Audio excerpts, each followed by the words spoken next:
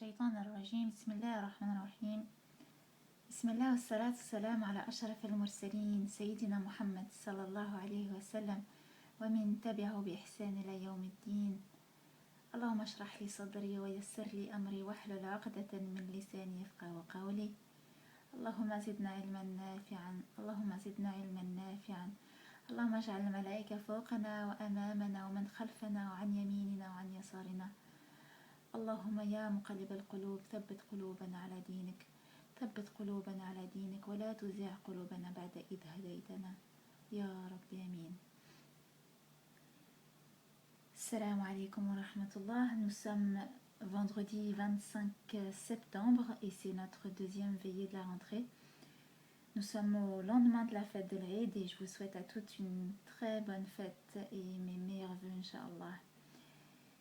C'est donc toujours animé de cette joie que nous entamons cette deuxième veillée qui va être le prolongement de la première. Et le thème est toujours en mon fort intérieur. Donc j'avais écrit volontairement fort avec un T et on avait développé pourquoi la semaine passée. Et nous sommes donc encore dans ce que j'appelle le rappel introductif pour bien comprendre le but de nos rencontres et connaître le programme et avoir donc des intentions dirigées vers cela. Ce soir, je fais donc un rappel introductif sur le thème du rapport fondamental lorsque l'on veut cheminer entre intériorité et extériorité. Nous avions pris pour exemple la respiration pour point de départ et pour montrer, nous l'avions vu, l'interdépendance qu'il y a entre l'intérieur et l'extérieur et le lien bien sûr indéfectible entre eux.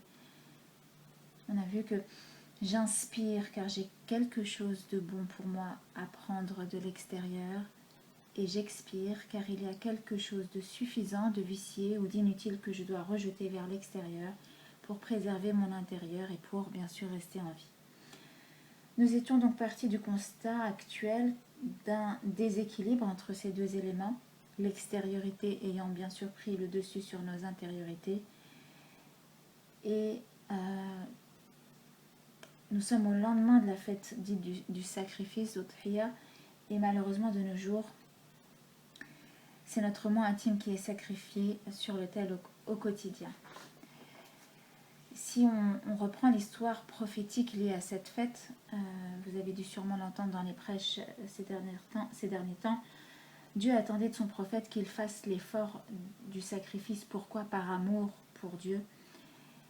Tandis que de nos jours, nos moi intimes, nos intériorités sont sacrifiées par et pour et dans l'oubli de Dieu. Historiquement, ça s'explique car la notion de sacrifice fait partie à part entière de la foi et du sacré, et ce sont deux valeurs aujourd'hui combattues dans le monde. La société actuelle dite moderne, basée sur l'oubli de soi et de l'autre, ne veut surtout pas que le sacrifice et le sacré prévalent, et tout est fait pour ou contre cela. Ce n'est pas le thème de ce soir, quoique, mais la question que je me pose, c'est nous, en tant que croyantes qui fréquentons ces assises de la foi depuis 5 ans maintenant, voire plus pour certaines, quels sont les sacrifices que nous pouvons faire et que nous sommes prêtes à faire, hormis donc un bout de mouton. Et d'ailleurs, en parlant du mouton, le mouton, cet animal a été rendu sacré de par le sacrifice. Et si on prend de la hauteur et qu'on essaie de comprendre que c'est la notion de sacrifice qui est importante. Et si, par exemple, c'est le sacrifice de notre temps qui le rendra sacré. Je parle du sacrifice, bien sûr, utile et altruiste. Ce sacrifice, cet hommage rendu à Allah, ce don sacré de soi qui consiste d'un côté à offrir et de l'autre à se priver de ce que l'on a offert. Une offrande. Prendre et sacrifier du temps sur son sommeil pour se lever, prier, étudier par exemple. Prendre et sacrifier de l'argent de son compte pour l'offrir et le donner aux nécessiteux. Prendre de son espace vital pour inviter, accueillir, recevoir ceux qui n'ont plus ou ni de quoi vivre. Sacrifier un peu de sa gamelle. Et d'ailleurs c'est Chateaubriand qui a dit une très belle sagesse: apprendre Dieu, c'est apprendre à faire des sacrifices. Espérons que nos veillées vont nous permettre d'apprendre Dieu, Inch'Allah, et apprendre à faire des sacrifices. Nous allons donc continuer toujours dans la présentation du programme de l'année pour bien commencer notre rentrée spirituelle.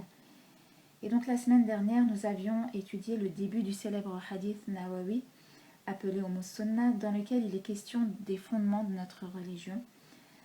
Et comme l'a souligné le prophète sallallahu alayhi wa sallam en terminant par cet homme et Sayyidina Jibril, l'archange Gabriel, et il est venu vous apprendre quoi? Nous apprendre notre religion, rapportée par Muslim. Dieu sait alors combien ce hadith est fort d'enseignement sur les fondements de notre religion et sur les fondements de notre foi et pas que. Nous avions vu comment nous pouvions comprendre les 3 étages que sont l'islam, l'iman et l'ihsan du début du hadith. Et nous avions pris l'exemple d'un fruit sec qui est la noix. L'écorce, la coquille représentant l'islam, on l'avait vu, et ses 5 piliers, la noix, le fruit, le cœur de la coquille représentant donc l'iman et ses 6 piliers, en précisant que l'existence de la coquille n'a de sens que par l'existence de la noix et de la présence du fruit à l'intérieur à protéger. Et enfin, nous avions parlé de l'ihsan en tant que fruit du fruit, en tant que huile à extraire, huile extraite du fruit. Allah de nous rappeler, yakadu zaytuha yudhi'u, une huile que nous venons apprendre à extraire durant nos veillées. Pourquoi? Pour nous éclairer nos vies, nos lanternes, pour éclairer nos chemins, pour, avec l'aide de Dieu, tenter, Inch'Allah, d'atteindre la juste clairvoyance.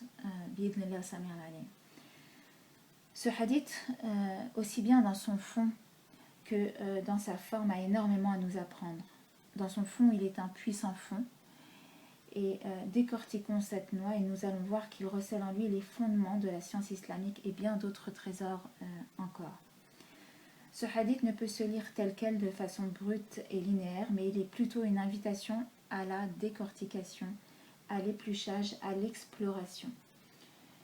Prenons l'exemple de l'écorce et de l'étage de l'islam et énumérer les 5 piliers ne suffit pas. Chaque pilier est un trésor d'enseignement sans fin. Le prophète sallallahu alayhi wa sallam les a juste énumérés dans ce hadith et présentés, mais tout notre travail consiste à aller puiser dans ces puits de lumière et d'information pour en extraire l'huile. C'est comme si, j'aime bien prendre cette image-là, le prophète sallallahu alayhi wa sallam nous a envoyé et transmis des fichiers compressés, des fichiers zip comme on dit, qu'il faudra ouvrir et décompresser pour découvrir l'éventail d'informations enregistrées, et cela va donner naissance à des sciences et des académies de recherche et de savoir que l'on connaît, qui sont enseignées dans les instituts islamiques de nos jours. Il y a tout un pôle qui va s'activer pour donner naissance à la jurisprudence, à l'étude de la prière, de sa jurisprudence, du jeûne, de sa jurisprudence, de l'aumône et du pèlerinage et de leur jurisprudence. Il y a tout un autre pôle qui va s'activer pour étudier au Usul-Din et tous les fondements de notre croyance en Allah, aux anges, en ses livres, au destin, à la destinée, au jugement dernier, etc., etc. Et il y a aussi tout un autre pôle qui va s'activer pour tirer les bénéfices de tout cela, tirer les bénéfices de notre prière bien accomplie, tirer les bénéfices de notre jeûne bien accompli, tirer finalement les bénéfices spirituels de notre croyance en Allah, en nos anges, la science de l'extraction de l'huile comme nous avions vu la fois passée, et tirer des bénéfices spirituels. Nous avions donc la semaine dernière pris connaissance des 3 étages du hadith Nawawi que sont l'islam, l'iman et l'ihsan. Mais le hadith a une suite et un 4e étage, et le dialogue se poursuit. Sayyidina Jibril, l'archange Gabriel, veut encore interroger le prophète sallallahu alayhi wa sallam devant les personnes présentes. Et finalement, à la lecture du hadith, c'est comme si nous étions présentes et qu'il y a encore quelque chose, il y a encore matière à étude, il y a encore quelque chose que l'on va découvrir. Et il lui dit, informe-moi sur l'heure. Le prophète sallallahu alayhi wa sallam a répondu, l'interrogé n'en connaît pas plus que celui qui l'interroge. Sous-entendu, cette science de l'exactitude de l'heure appartient à Allah. Et Sayyidina Jibril alayhi salam de dire alors parle-moi de ces signes. Et là le prophète sallallahu alayhi wa sallam de faire comme au début du hadith, de nous envoyer du lourd, du fichier joint, du compressé, pour ceux et celles qui veulent faire l'effort du dézippage et de la décompression et de la décortication, si je puis dire. Il dit quoi? Il dit, parmi ces signes sont que la femme esclave donnera naissance à sa maîtresse et que les pauvres nus et va-nu-pieds rivaliseront en élevant de grands bâtiments. Nous avions parlé de la noix et de sa coquille, mais cette noix ne sort pas de nulle part. Elle provient d'un arbre qui a des racines, qui provient d'une graine. Elle s'inscrit dans une lignée, dans son histoire. Elle a une origine, un début, des phases, des périodes. Et la 4e partie de ce hadith nous invite à inscrire notre religion finalement dans notre contemporanéité et dans le temps, comprendre les changements et savoir se positionner. Et le prophète sallallahu alayhi wa sallam de nous proposer d'étudier ici 2 tournants de l'histoire, et l'on ne saurait comprendre les tournants dans l'histoire si l'on ne connaît pas les débuts, les causes, les conséquences de ces tournants. Car, rappelez-vous, très souvent l'histoire se répète, et si l'histoire se répète, nous pouvons en tirer des leçons pour ne pas faire les mêmes erreurs. Et c'est pourquoi aussi le Coran est composé en majorité d'événements historiques et prophétiques qui sont relatés pour qu'on les médite et qu'on ne refasse pas les mêmes erreurs des peuples qui nous ont précédés et qui ont nié les prophéties, etc. Donc, on prendra le temps, Inch'Allah Ta'ala, dans nos qiyam, d'étudier ces événements historiques et prophétiques relatés dans le Coran pour en tirer des leçons.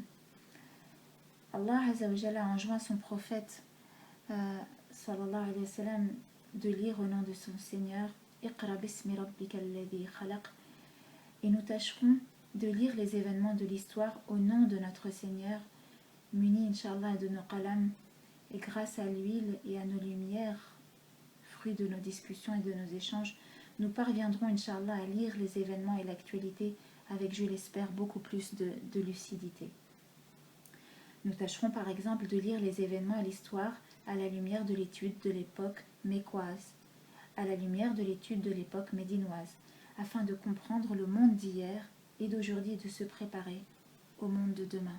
Donc dans nos qiyam, il sera aussi question de l'étude de la sira.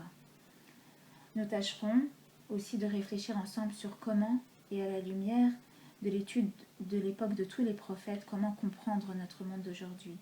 Comment comprendre le monde d'aujourd'hui à l'étude de l'époque de notre prophète Adam alayhi salam, lorsqu'il était au paradis, mais aussi lorsqu'il est descendu sur terre. Le prophète sallallahu alayhi wa sallam, dans ce hadith Nawawi, et Dieu à travers sa parole sacrée nous invite à faire finalement ce qu'on appelle de l'histoire comparée, de l'étude de l'histoire comparée. Prenons par exemple dans le Coran la sourate Al-Maïda 5, alors que Allah Azza wa Jalla nous parle de Moussa alayhi salam et de Bani Israël, des fils d'Israël, il nous dit d'un coup au verset 27, et raconte-leur en toute vérité l'histoire des 2 fils de Adam. Les 2 offrirent des sacrifices, celui de l'un fut accepté et celui de l'autre ne le fut pas. Et le « et » au début du verset, le « wa » ici n'a, quand tu lis de prime abord, aucun lien avec ce que Dieu a dit précédemment dans la sourate, mais c'est ne pas décortiquer la noix que de penser comme cela. Il y a ici une invitation à comprendre ce qui se passe à l'époque de Moussa alayhi salam et des fils d'Israël à la lumière de l'étude de l'époque de Adam et de ses fils. Une invitation à comprendre finalement que les enjeux humains dans l'histoire sont souvent les mêmes qui se répètent. Et on peut même remonter à l'époque où Iblis a tenté Adam et Hawa. On peut même remonter à l'époque où Iblis a jalousé Adam. Toujours quasiment les mêmes enjeux. Pouvoir, jalousie, etc.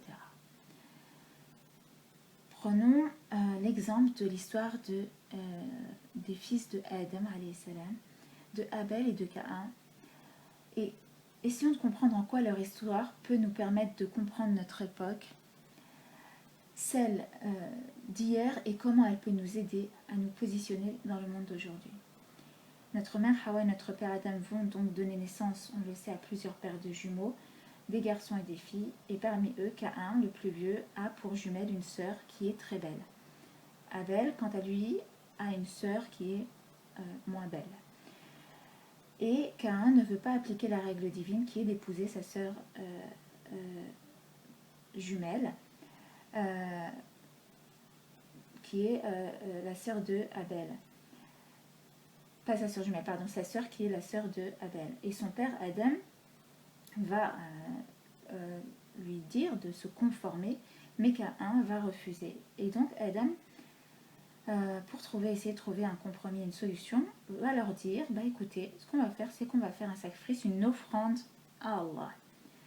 Et celui dont le sacrifice sera accepté épousera la jumelle de Caïn. En l'occurrence, Caïn était un cultivateur, mais il ne va pas faire un beau sacrifice, il ne va donner que finalement des restes et le mauvais de sa culture. Tandis que Abel, lui, était berger et il va offrir le meilleur de ses moutons. C'est donc l'offrande de Abel qui va être acceptée par Dieu, car Allah Azza wa Jalla a de nous rappeler qu'il n'accepte que de la part des pieux au verset 27 de la sourate 5. Fou de rage, empli de jalousie et d'esprit de vengeance, que va faire Caïn? Il va menacer de mort son frère, en sachant que Abel, d'après Ibn Abbas et Ibn Omar, était plus fort et plus musclé que Caïn, mais Caïn obstiné va quand même menacer de mort son frère.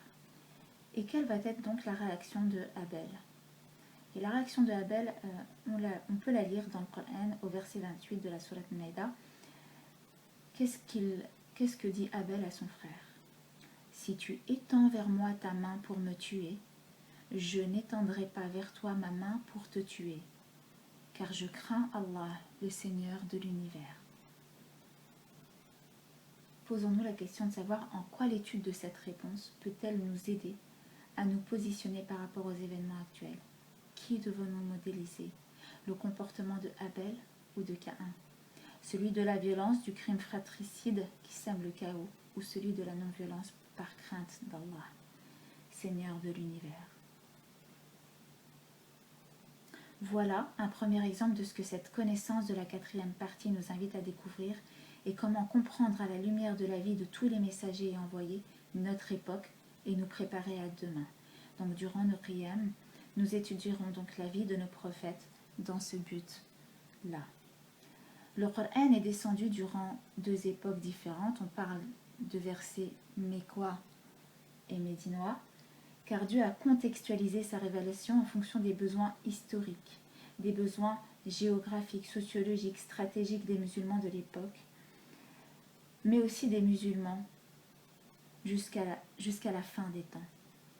Et d'ailleurs, il y a des versets qui ont été abrogés, car ce sont des versets qui n'allaient pas servir par la suite pour les événements des musulmans des générations futures. D'où l'intérêt d'étudier Asbab al-Nuzul, que nous étudierons ensemble aussi, Inch'Allah, durant nos qiyam.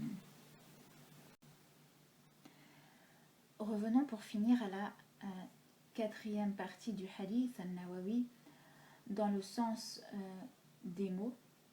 Et parmi ces signes, quels sont-ils? Et parmi ces signes sont que la femme esclave donnera naissance à sa maîtresse ou à son maître, et que les pauvres nus et va-nu-pieds rivaliseront en élevant de grands bâtiments. On a compris qu'il s'agit de tournants historiques à décortiquer, à décrypter, à dézipper. Quels sont alors les mots-clés qui vont faire office de dossier? On a la femme, on a son statut d'esclave, on a son statut de mère et le statut de son enfant et de sa progéniture. Après une étude historique, il y a aussi une invitation ici, là, à lire les événements d'un point de vue sociologique. Pourquoi dans le hadith est-il question seulement de la femme en tant que parent? N'est-ce pas là la description actuelle des familles monoparentales? Et qu'est-ce que l'étude de la sociologie de la famille doit nous permettre de comprendre? Voilà aussi un thème que nous étudierons dans nos qiyam, l'évolution des mœurs, la sociologie de la famille à la lumière de la sunna et du Coran, et la place de la femme dans notre société dite moderne. C'est Frantz Fanon qui, en décryptant les stratégies coloniales de son temps, visant à l'assimilation et à la destruction d'un peuple, qui a mis le doigt sur l'enjeu, qui était la femme. Ayons les femmes et le reste suivra, nous rappelait-il. Dans ce hadith, on ne parle pas de la femme en général, mais de la femme esclave. Et aujourd'hui, qu'est-ce qui pourrait nous rappeler l'esclavage? Qu'est-ce que l'esclavage au sens moderne du terme? Laissez-moi vous lire un témoignage de cette femme que j'ai trouvé sur internet qui peut là nous apporter du sens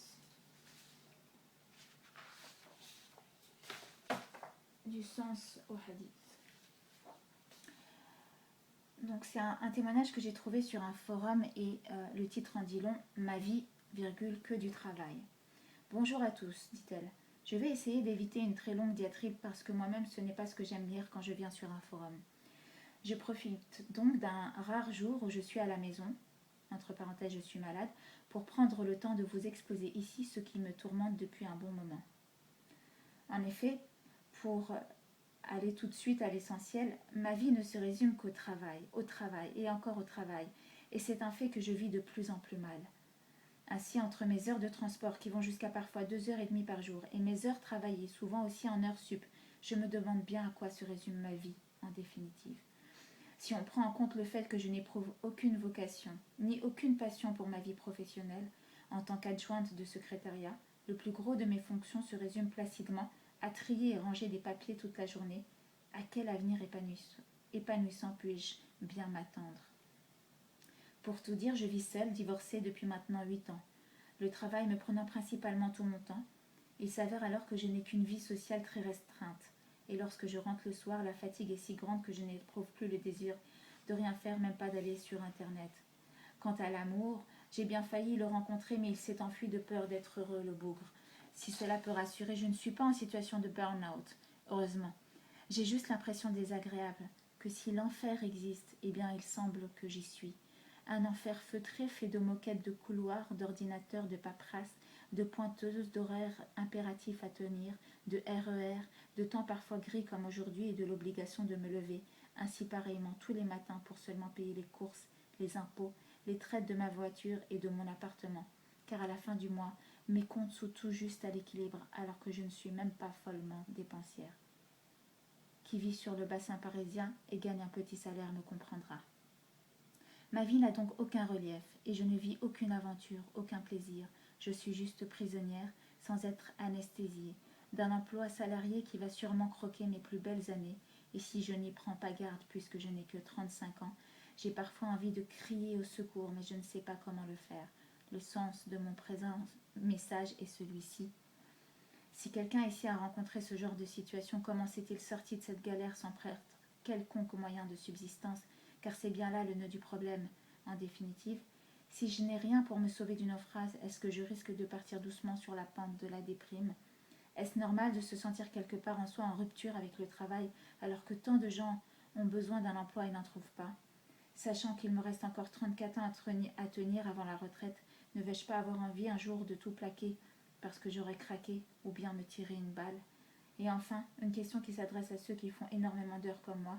Comment faites-vous pour bien vivre le travail qui occupe souvent presque 70% du temps hors sommeil? Je pense que cette femme a tout dit. Et nous ne développerons pas ce soir, mais il s'agira d'un thème que l'on soulèvera ensemble, Inch'Allah. Donc la suite du hadith nous dit quoi? Il est question du rapport de cette femme esclave avec son enfant qui prend l'aval, le pouvoir, et qui devient finalement le maître et le seul maître à bord. Et si on continue dans cette méthodologie qui est de décortiquer, l'invitation ici est d'étudier le rapport entre le parent et l'enfant, et plus précisément le rapport entre la mère et l'enfant, et en quoi ce rapport peut changer le cours de l'histoire et les mœurs. On peut prendre pour exemple, toujours dans cette idée d'histoire comparative, l'exemple de Ibrahim alayhi salam, lorsqu'il s'est adressé à son père non-croyant, il lui a dit Ya abati, ô mon cher père. Et le père en question de lui répondre Ô Ibrahim. Et comment Ibrahim plus tard va parler quant à lui à son fils, il va lui dire Ya bunayya, ô mon cher fils, et non pas ô un tel de par son prénom. Pour cet exemple, pour dire quoi? Pour dire que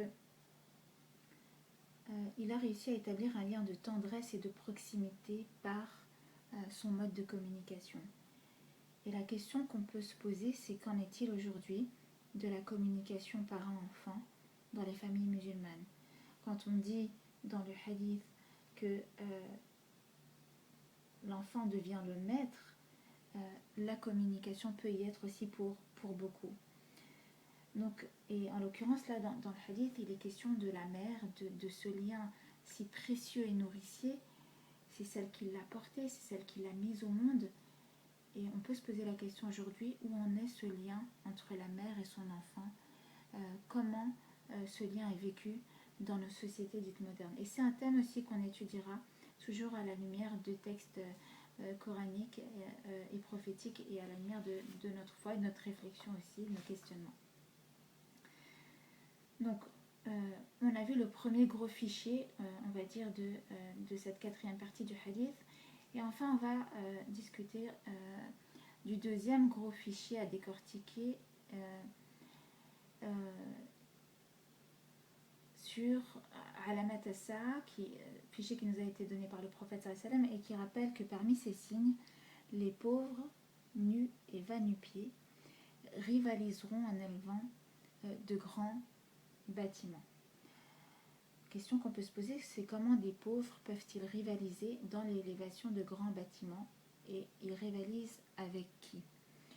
Ici, après l'histoire, après la sociologie, Dieu nous invite à étudier l'évolution économique du monde et à réfléchir dessus, et à réfléchir sur quelles sont les puissances économiques du monde et qui gère quoi comment.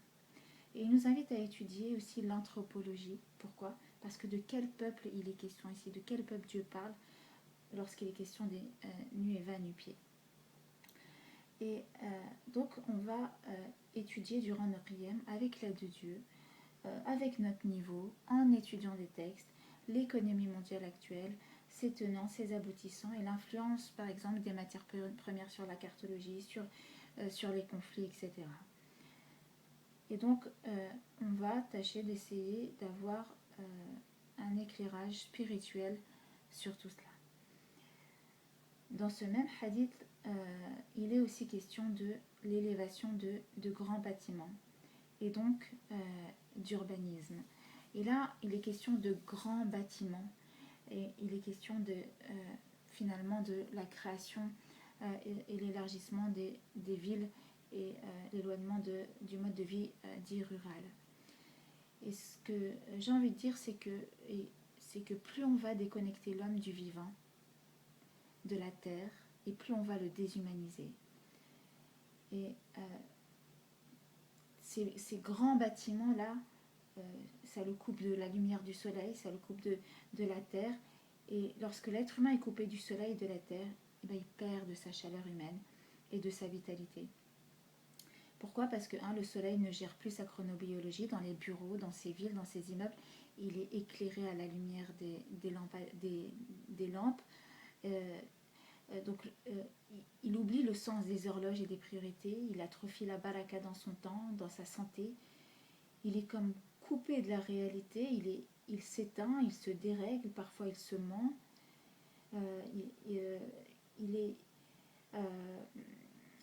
On n'a pas besoin d'avoir fait de hautes études pour comprendre que nos grandes villes, ce qu'on appelle les workhouses, ont été construites de façon à éloigner l'homme de ses origines terrestres et de ses origines, de ses racines, de ses origines donc fraternelles, humaines, de ses racines spirituelles, pour en faire quoi? Un être qui est purement intéressé, un être qui est matériel, qui est objetisé, un mort vivant en costume, un travailleur qui est assujetti aux lois instables et injustes du capitalisme.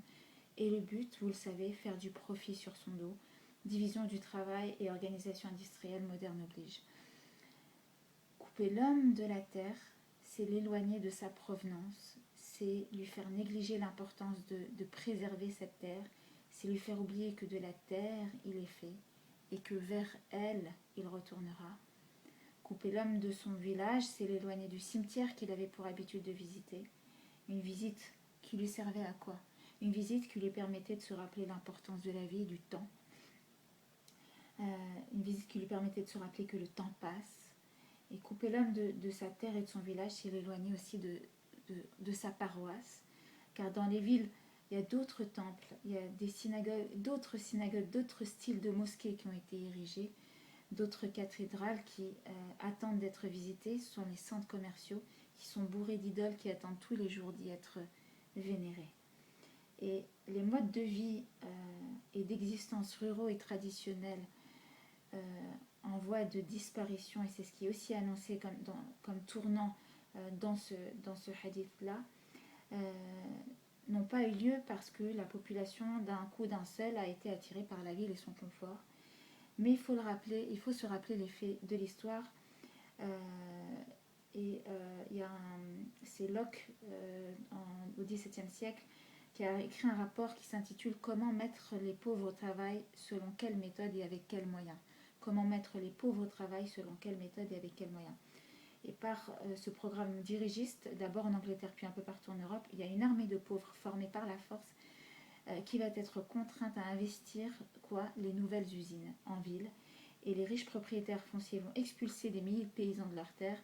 Et il faut le savoir, c'est manu militare que les hommes vont être chassés de leurs champs pour gagner les fabriques. Et ça, il ne faut pas l'oublier. Et donc, dans ce hadith, ici, il y a une invitation à nous préoccuper de l'urbanisme et à nous préoccuper de l'impact de cet urbanisme sur la terre, donc à nous préoccuper de l'écologie, de la pollution et de ce que ça a apporté ce mode de vie citadin. Et dans le hadith, il est question de rivalité, c'est-à-dire qu'il y a une rivalité dans le toujours plus haut, de le toujours plus, une rivalité dans le toujours plus de possession. Et donc nous, dans nos veillées, on étudiera l'importance justement du détachement et de ne pas nager, de nager plutôt à contre-courant de cet appel à la consommation et au toujours plus.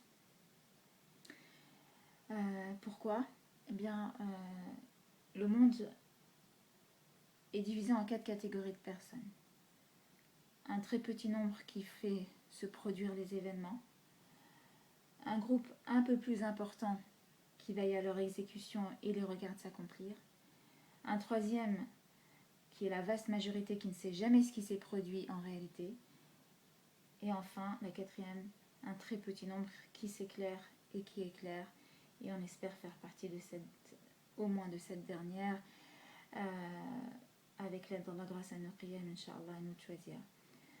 Donc ce deuxième qiyam introductif fut long, mais il a placé les jalons des thèmes que nous allons étudier cette année, Inch'Allah, la science de l'excellence, ou comment extraire l'huile, apprendre à connaître Dieu pour goûter à cette alchimie intérieure du bonheur, de la rencontre entre Dieu et sa créature, apprendre le détachement et à se détourner de ce qui est mauvais pour notre intériorité, chercher à atteindre la clairvoyance, à tirer des bénéfices spirituels dans toutes nos croyances et nos actes d'adoration, apprendre à apprendre